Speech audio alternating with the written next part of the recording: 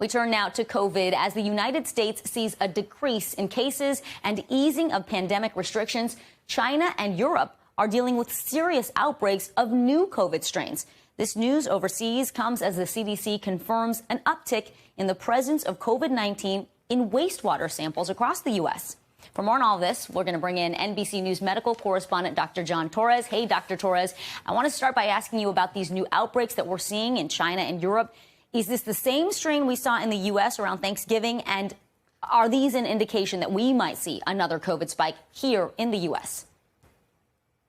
And good evening, Vicky. And I think what we're seeing here is basically a tale of two different countries. If you look at China, they're having large outbreaks in China right now. They're shutting down cities, trying to keep it under control. But China's in a little bit of a different situation because they tried that that full containment, zero COVID type policy, which didn't work in any country that tried it. So they don't have that immunity built up. Plus, on top of that, the shot they use, the Sinovac, which is the Chinese vaccine, isn't nearly as effective as the mRNA vaccines we're using here and in Europe. So you can't really look at China and say that's something we're going to duplicate here. But then you turn to Europe, and in Europe you're seeing is countries like Austria that are having these huge surge in cases. They almost duplicate exactly what's going on here. And we've seen wave after wave where within a couple of weeks, we end up having the same type of situation they have there. And so that's the one the experts are looking at saying, we need to be cautious because we're seeing these cases rise in Europe where they essentially have the same vaccines we've used. They have the same level of protection that we have here, both from natural immunity and from vaccinations,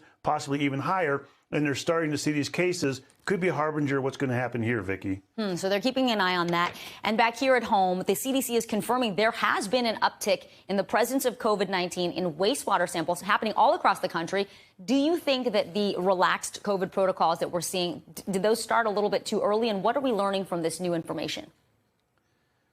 I think, Vicky, we're going to find out really soon if they started a little early or not. And hopefully there are mechanisms in place to put them back into place if we start seeing these cases go up again, which is what should be happening. And with wastewater, essentially what happens is you end up having that bacteria, that virus in your intestine go into wastewater much sooner than it would be in a PCR test, for example. And so they can detect it in wastewater a lot quicker. And what they found in sampling over 500 different sites across the U.S. is that a third of them ended up having some positive COVID increases in the wastewater, which is more than they were just a month ago. And so the concern is, we're seeing it more around the country, but doesn't necessarily mean the cases are going to start accelerating. We don't know at this point, but something they're certainly keeping an eye on. And this is essentially like a canary in a coal mine. That wastewater gives experts an idea, gives scientists an idea of what they need to start looking for. And they're starting to look for that right now, Vicky. Quickly, before I let you go, Dr. Torres, what does all this mean for another booster? We have Pfizer asking the FDA to authorize its second booster shot for people 65 and older. And, people are saying maybe this is going to be just like the annual flu shot that we have to get. What do you think?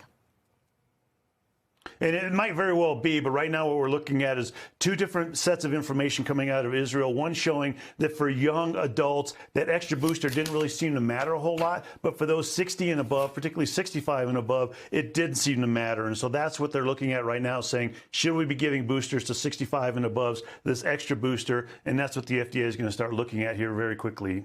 Always good to see you. Thanks for making sense of it, Dr. Torres.